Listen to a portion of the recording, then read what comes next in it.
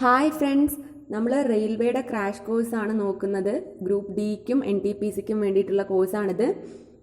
അപ്പോൾ ഫിസിക്സിൻ്റെ motion and rest എന്നുള്ള പാഠം ആദ്യത്തെ ഭാഗമായിരുന്നു കഴിഞ്ഞ ക്ലാസ്സിൽ നമ്മൾ ഡിസ്കസ് ചെയ്തിട്ടുണ്ടായിരുന്നത്. അതിൻ്റെ പാർട്ട് 2 ആണ് നമ്മളിന്ന് ഡിസ്കസ് ചെയ്യാൻ പോകുന്നത്. ഓക്കെ, അപ്പം നമുക്ക് ക്ലാസ്സിലോട്ട് പോവാം. ആദ്യത്തെ സർക്കുലർ മോഷൻ. എന്താണ് സർക്കുലർ മോഷൻ? പല ടൈപ്സ് മോഷനെ കുറിച്ചാണ് നമ്മൾ ഡിസ്കസ് ചെയ്യുന്നത്. ആദ്യത്തെയാണ് എന്ത്? അതിൽ ഇമ്പോർട്ടൻ്റ് ആയിട്ടുള്ള 1-2 പറയുന്നത്. ആദ്യത്തെയാണ് എന്ത്? Circular motion. എന്താണ് സർക്കുലർ മോഷൻ? സിമ്പിളാണ്. ഒരു സർക്കുലർ പാത്തിൽ എന്ത് ചെയ്യുക? ബോഡി മൂവ് ചെയ്യുന്നതിനെയാണ് സർക്കുലർ മോഷൻ എന്ന് പറയുന്നത്. നമ്മൾ കോമൺ ആയി കണ്ടുവരുന്ന ഒരുപാട് വർഷങ്ങളോളം പഠിച്ച എക്സാമ്പിളാണ് സൺ ആൻഡ് പ്ലാനറ്റ്സ് എന്നുള്ളത്. സണ്ണിന് ചുറ്റും പ്ലാനറ്റ്സ് കറങ്ങുന്നത് എന്ത് മോഷൻ ഉദാഹരണമാണ്? സർക്കുലർ മോഷന് ഉദാഹരണമാണ്. അതുപോലെ തന്നെയാണ് ആറ്റത്തിന് ചുറ്റും ഇലക്ട്രോൺസ് കറങ്ങുന്നത് എന്തിന് ഉദാഹരണമാണ്? സർക്കുലർ മോഷന് ഉദാഹരണമാണ്. അതുപോലെ ജൈന്റ് വീല് ഒരു സെന്റർ ഉണ്ടാവും. സെന്ററിന് ചുറ്റും എന്ത് ചെയ്യുന്നു? കറങ്ങുന്നു. അതും എന്താണ്? സർക്കുലർ മോഷൻ ഉദാഹരണമാണ്. അതുപോലെ തന്നെയാണ് circular track, earth and Moon. അതുപോലെ തന്നെയാണ് ആർട്ടിഫിഷ്യൽ സാറ്റലൈറ്റ്സ് എർത്തിന് ചുറ്റും കറങ്ങുക എന്നുള്ളത്. അതിന് ജിയോ സ്റ്റേഷനറി സാറ്റലൈറ്റ്സ് നമ്മൾ പറയുമല്ലോ. അതായത് എർത്തിനൊപ്പം തന്നെ കറങ്ങുന്ന സാറ്റലൈറ്റ്സ് ആണ് എന്ത്? Geostationary satellites. അങ്ങനെയുള്ള ആർട്ടിഫിഷ്യൽ സാറ്റലൈറ്റ്സ് എന്തിന് ഉദാഹരണമാണ്? സർക്കുലർ മോഷൻ ഉദാഹരണമാണ്. അതുപോലെ തന്നെ ഫാന് കറങ്ങുന്നത് സർക്കുലർ മോഷനാണ്. അതുപോലെ ഒരു കയറിൽ ഒരു കല്ല് കെട്ടിയിട്ട് ആ കയറിനെ നമ്മൾ ഇങ്ങനെ കറക്കുകയാണെന്നുണ്ടെങ്കിൽ അത് സർക്കുലർ മോഷനിലാണ് കറങ്ങുന്നത്. സിമ്പിളാണ്, അതുകൊണ്ട് വേഗം പറഞ്ഞു പോവാണ് കേട്ടോ. അടുത്തതാണ് ഓസിലേറ്ററി മോഷൻ. ഒരുപാട് പ്രാവശ്യം നമ്മൾ പഠിച്ചിട്ടുള്ളതാണ്. ടു ആൻഡ് ഫ്രോ മോഷനെയാണ് എന്ത് പറയാ? ഓസിലേറ്ററി മോഷൻ എന്ന് പറയാ. ക്ലാസിക് ആയിട്ട് വളരെ കാലങ്ങളായിട്ട് നമ്മൾ കണ്ടുവരുന്ന example pendulum of A clock ആണ്. അതുപോലെ തന്നെയാണ് ഊഞ്ഞാല്. ഇതെല്ലാം എന്തിന് ഉദാഹരണമാണ്? ഓസിലേറ്ററി മോഷന് ഉദാഹരണമാണ്. അതിൽ വരുന്ന മറ്റ് 2 എക്സാമ്പിൾ കൂടെ പറയുന്നുണ്ട്. അതായത് നമ്മൾ മ്യൂസിക്കൽ ഇൻസ്ട്രുമെന്റ്സിന്റെ സ്ട്രിങ്, അതായത് വീണ അതുപോലുള്ള മ്യൂസിക്കൽ ഇൻസ്ട്രുമെന്റ്സിന്റെ സ്ട്രിങ്ങിന്റെ വൈബ്രേഷൻ എന്താണ്? ഒരു ഓസിലേറ്ററി മോഷനിലാണ്. അതുപോലെ തന്നെയാണ് മൂവ്മെന്റ് ഓഫ് എ സ്പ്രിങ്. അപ്പൊ ഈ എക്സാമ്പിൾസ് ആണ് നിങ്ങൾ എന്ത് ചെയ്യേണ്ടത്? ഓർത്തു വെക്കേണ്ടത്. അതെന്തിന് ഉദാഹരണമാണ്? ഓസിലേറ്ററി മോഷന് ഉദാഹരണമാണ്. അടുത്തതാണ് പ്രൊജക്ടൈൽ മോഷൻ. വളരെ വളരെ വളരെ ഇമ്പോർട്ടൻ്റ് ആണ്. ഈ സ്ലൈഡിൽ ഏറ്റവും ഇമ്പോർട്ടൻ്റ് ആയ പാർട്ട് ഇതാണ്, പ്രൊജക്ടൈൽ മോഷൻ. എന്താണ് പ്രൊജക്ടൈൽ മോഷൻ എന്ന് പറഞ്ഞാൽ? നമ്മളൊരു ഒബ്ജക്റ്റിനെ എയറിലോട്ട് എറിയുമ്പോൾ അത് ഗ്രാവിറ്റീനെ സബ്ജക്റ്റ് ആയിട്ട്, ആക്സിലറേഷൻ ഓഫ് ഗ്രാവിറ്റീനെ സബ്ജക്റ്റ് ആയിട്ട്, ഭൂഗുരുത്വാകർഷണത്തിന്റെ ഫലമായിട്ട് അത് എന്ത് ചെയ്യുന്നു? താഴോട്ട് പതിക്കുന്നു, താഴോട്ട് വീഴുന്നു. അപ്പം അത് ക്രിയേറ്റ് ചെയ്യുന്ന ഒരു മോഷനെയാണ് പറയുന്നത് പ്രൊജക്ടൈൽ മോഷൻ. അത് ആ രീതിയാണ് എന്ത് ഈ പിക്ചറിൽ കാണിച്ചിരിക്കുന്നത്. ഒരു ഫുട്ബോൾ കിക്ക് ചെയ്യുമ്പോൾ അത് എയറിലോട്ട് ഉയർന്ന ശേഷം എന്ത് ചെയ്യുന്നു? താഴോട്ട് വീഴുന്നു. അപ്പോൾ ക്രിയേറ്റ് ആവുന്ന മോഷനാണ് എന്ത്? Projectile motion. നമ്മൾ എറിയുന്ന ആ ഒബ്ജക്റ്റിനെ പറയുന്ന പേരാണ് പ്രൊജക്ടൈൽ. ആ പാത്തിനെ പറയുന്ന പേരാണ് ട്രാജക്ടറി. അപ്പൊ ക്രിയേറ്റ് ആവുന്ന ആ പാത്തിന്റെ ആ ഷേപ്പിനെ പറയുന്ന പേരാണ് പാരബോള. ഇത് 3 വളരെ വളരെ ഇമ്പോർട്ടൻ്റ് ആണ്. ഒരുപാട് പ്രാവശ്യം റിപ്പീറ്റ് ചെയ്തിട്ടുണ്ട്. പ്രൊജക്ടൈൽ മോഷനിലെ ആ ഒബ്ജക്റ്റിനെ പറയുന്ന പേരാണ് പ്രൊജക്ടൈൽ. ആ പാത്തിന്റെ പേരാണ് ട്രാജക്ടറി. അതെന്ത് ഷേപ്പിലായിരിക്കും? എപ്പോഴും പാരബോളയിലായിരിക്കും. ഇത് 3 മറക്കാതെ ഇരിക്കുക. വളരെ വളരെ ഇമ്പോർട്ടൻ്റ് ആണ്. അതുപോലെ തന്നെ വളരെ ഇമ്പോർട്ടൻ്റ് ആയിട്ടുള്ള അടുത്ത ക്വസ്റ്റ്യൻ ആണ് എന്ത്? ഇങ്ങനെ നമ്മളൊരു ഒബ്ജക്റ്റിനെ നമ്മൾ എറിയുമ്പോൾ, ഉദാഹരണത്തിന് നമ്മളൊരു കല്ലെറിയേ അല്ലെങ്കിൽ ഒരു ബോൾ എറിയേ, അങ്ങനെ എറിയുന്ന സമയത്ത് അത് മാക്സിമം ദൂരത്തിലോട്ട് പോയി വീഴണമെങ്കിൽ നമ്മൾ അതിനെ 45 ഡിഗ്രിയിലാണ് എറിയേണ്ടത്. എന്താണ്? നമ്മൾ ചില മത്സരങ്ങൾക്കൊക്കെ കണ്ടിട്ടില്ലേ, അവർ പിടിക്കുന്ന കൈയുടെ ഒരു പൊസിഷൻ ഉണ്ടാവും. ആ പൊസിഷൻ എപ്പോഴും എത്രയായിരിക്കും?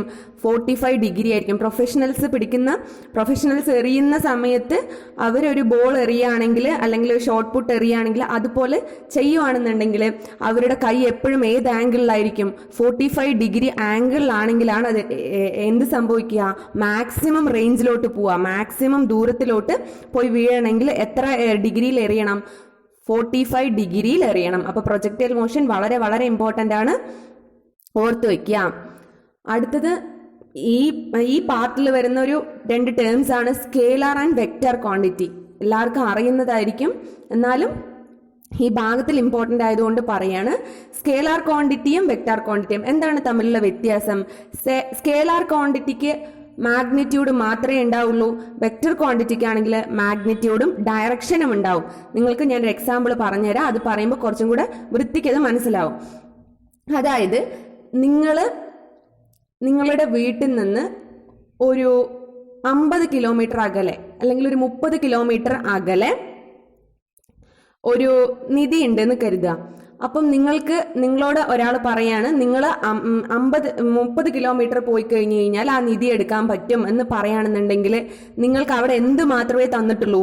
ഈ 30 കിലോമീറ്റർ എന്നുള്ള വിവരം മാത്രമേ നിങ്ങൾക്ക് തന്നിട്ടുള്ളൂ. മറ്റൊരു ഇൻഫോർമേഷനും നിങ്ങൾക്ക് തന്നിട്ടില്ല. അപ്പൊ അത് 1 ഡയമെൻഷണൽ ഇൻഫോർമേഷൻ ആണ്. ഒരേ ഒരു ഇൻഫോർമേഷൻ മാത്രമേ നിങ്ങൾക്ക് തന്നിട്ടുള്ളൂ. അതുകൊണ്ട് അത് എന്ത് ക്വാണ്ടിറ്റിയാണ്? സ്കേലാർ ക്വാണ്ടിറ്റിയാണ്. പക്ഷേ നിങ്ങളോട് പറയാണ് നിങ്ങൾ സൗത്ത് ഡയറക്ഷനിൽ 30 കിലോമീറ്റർ പോയി കഴിഞ്ഞു കഴിഞ്ഞാൽ നിങ്ങൾക്ക് ആ നിധിയുടെ അടുത്ത് എത്താൻ പറ്റുമെന്ന് പറയുകയാണെന്നുണ്ടെങ്കിൽ അപ്പൊ നിങ്ങൾക്ക് എന്തൊക്കെ തന്നിട്ടുണ്ട്? സൗത്ത് ഡയറക്ഷൻ ആണെന്നുള്ളത് തന്നിട്ടുണ്ട്, ഇത്ര കിലോമീറ്റർ ആണെന്നുള്ളത് തന്നിട്ടുണ്ട്. അപ്പൊ നിങ്ങൾക്ക് അവിടെ 2 കാര്യങ്ങൾ തന്നിട്ടുണ്ട്. എന്താണ്? ദൂരം തന്നിട്ടുണ്ട്, ഡയറക്ഷനും തന്നിട്ടുണ്ട്. അപ്പം 2 ഡയമെൻഷണൽ ഇൻഫോർമേഷൻ ആണ് നിങ്ങൾക്ക് അവിടെ എന്ത് ചെയ്തിരിക്കുന്നത്? തന്നിരിക്കുന്നത്. അതുകൊണ്ട് അതെന്താണ്? വെക്ടർ ക്വാണ്ടിറ്റി ആണ്. ഇപ്പൊ സിമ്പിൾ ആയി പറയുകയാണെന്നുണ്ടെങ്കിൽ സ്കേലാർ ക്വാണ്ടിറ്റി 1 ഡയമെൻഷണൽ ഇൻഫോർമേഷൻ മാത്രമേ പ്രൊവൈഡ് ചെയ്യുള്ളൂ. വെക്ടർ ക്വാണ്ടിറ്റി ആണെങ്കിൽ 2 ഡയമെൻഷനിലാണ്. അതിനെ നമ്മൾ ഫിസിക്സിന്റെ ടേമിൽ പറയുന്നതാണ് എങ്ങനെ? സ്കേലാർ ക്വാണ്ടിറ്റിക്ക് മാഗ്നിറ്റ്യൂഡ് മാത്രമേ ഉണ്ടാവുള്ളൂ. വെക്ടർ ക്വാണ്ടിറ്റിക്ക് മാഗ്നിറ്റ്യൂഡും ഡയറക്ഷനും ഉണ്ടാവും. അപ്പൊ സ്കേലാർ ക്വാണ്ടിറ്റിക്കുള്ള ഉദാഹരണങ്ങളാണ് എന്തൊക്കെ? ലെങ്ത്, ഏരിയ, വോള്യം, സ്പീഡ് തന്നിട്ടുണ്ട്. അതുപോലെ vector quantity, displacement, direction, velocity, acceleration നിങ്ങൾ വായിക്കുക. അതുപോലെ നിങ്ങൾക്ക് ഈസി ആയിട്ട് ക്ലിക്ക് ചെയ്യാൻ മറ്റൊരു ഐഡിയ എങ്ങനെയാണെന്ന് വെച്ചാൽ, കൺഫ്യൂഷൻ ആവുന്നവർക്ക് മാത്സുമായി ബന്ധപ്പെട്ടിട്ടുള്ള ടേംസ് എല്ലാം സ്കേലാർ ക്വാണ്ടിറ്റി ആണ്. ഉദാഹരണത്തിന് ലെങ്ത്, ഏരിയ, വോള്യം, സ്പീഡ്. അപ്പൊ നിങ്ങൾ കുറച്ചും കൂടി കിട്ടാൻ എളുപ്പത്തിന് വേണ്ടിയിട്ടാണ് ഞാൻ പറയുന്നത്. മാത്സുമായി ബന്ധപ്പെട്ടിട്ടുള്ള ടേംസ് എല്ലാം എന്താണ്? സ്കേലാർ ക്വാണ്ടിറ്റി ആണ്. നിങ്ങൾ കൺസെപ്റ്റ് മനസ്സിലാക്കി വെക്കുക. അങ്ങനെയാണെങ്കിൽ നിങ്ങൾക്ക് ഏത് വേണമെങ്കിലും എഴുതാനായിട്ട് പറ്റും. ഇങ്ങനെ കാണാപ്പാടം പഠിക്കുകയാണെങ്കിൽ എന്ത് ചെയ്യാൻ പറ്റില്ല? പെട്ടെന്ന് വേറൊരു പുതിയതായിട്ട് ഒരെണ്ണം തരുമ്പോൾ എടുത്ത് എഴുതാനായിട്ട് പറ്റില്ല. അപ്പൊ നിങ്ങൾക്ക് കൺസെപ്റ്റ് മനസ്സിലായിട്ടുണ്ടാവുമെന്ന് വിശ്വസിക്കുന്നു ഞാൻ. നമ്മൾ നേരത്തെ പറഞ്ഞ ഉദാഹരണമാണ് ഈ സ്ലൈഡിലുള്ളത്. എന്താണ്? സ്പീഡ് എന്ന് പറയുന്നത് സ്കേലാർ ക്വാണ്ടിറ്റി ആണ്. കാരണം എന്താണ്? അവിടെ ഒരു കാര്യം തന്നിട്ടുള്ളൂ, 30 കിലോമീറ്റർ പെർ അവർ എന്നേ തന്നിട്ടുള്ളൂ. പക്ഷെ വെലോസിറ്റി എന്ന് പറഞ്ഞു കഴിഞ്ഞാൽ എപ്പോഴും എന്താണ്? വെലോസിറ്റിയുടെ ഡെഫിനിഷൻ തന്നെ എന്താണ്? The distance travelled by an object in a definite direction in unit time എന്നാണ് പറയുന്നത്. ഒരു നിശ്ചിത സമയത്ത് ഒരു നിശ്ചിത ഡയറക്ഷനിൽ ഒരു ഒബ്ജക്ട് ട്രാവൽ ചെയ്യുന്ന ദൂരത്തിനെയാണ് എന്ത് പറയുന്നത്? വെലോസിറ്റി എന്ന് പറയുന്നത്. എന്താണ്? ഒരു നിശ്ചിത സമയത്ത് ഒരു നിശ്ചിത ഡയറക്ഷനിൽ. അപ്പൊ തന്നെ അവിടെ മനസ്സിലാക്കുക എന്ത്? 2 കാര്യങ്ങൾ തന്നിട്ടുണ്ട്. നിശ്ചിത സമയം തന്നിട്ടുണ്ട്, നിശ്ചിത ഡയറക്ഷൻ തന്നിട്ടുണ്ട്. ഈ നിശ്ചിത സമയത്ത് നിശ്ചിത ഡയറക്ഷനിലോട്ട് ഒരു ഒബ്ജക്റ്റ് ഒരു നിശ്ചിത ദൂരം ട്രാവൽ ചെയ്യുന്നതിനെയാണ് എന്ത് പറയുന്നത്? വെലോസിറ്റി എന്ന് പറയുന്നത്. സോ വെലോസിറ്റിക്ക് എപ്പോഴും 2 കാര്യങ്ങൾ തരും. 2 ഡയമെൻഷണൽ ഇൻഫോർമേഷൻ ആണ്. അതുകൊണ്ടാണ് എന്ത്? വെലോസിറ്റി എന്ന് പറയുന്നത് വെക്ടർ ക്വാണ്ടിറ്റി ആണ്. സ്പീഡ് എന്ന് പറയുന്നത് സ്കേലാർ ക്വാണ്ടിറ്റി ആണ്. അപ്പൊ നിങ്ങൾക്ക് കൺസെപ്റ്റ് മനസ്സിലായിട്ടുണ്ടാവും എന്ന് വിശ്വസിക്കുന്നു. മോഷൻ ആൻഡ് റെസ്റ്റിൽ ഇതോടെ മോഷൻ ആൻഡ് റെസ്റ്റ് കഴിയാണ്. ഇനി നമുക്ക് അടുത്ത ചാപ്റ്റർ ആയിട്ട് വീണ്ടും കാണാം. ഇത്രയും നേരം കണ്ടിരുന്ന എല്ലാവർക്കും താങ്ക് യു. നിങ്ങളുടെ ഫീഡ്ബാക്ക് എന്തെങ്കിലും ഉണ്ടെങ്കിൽ കമന്റ് സെക്ഷനിൽ പോസ്റ്റ് ചെയ്യാം. Thank you.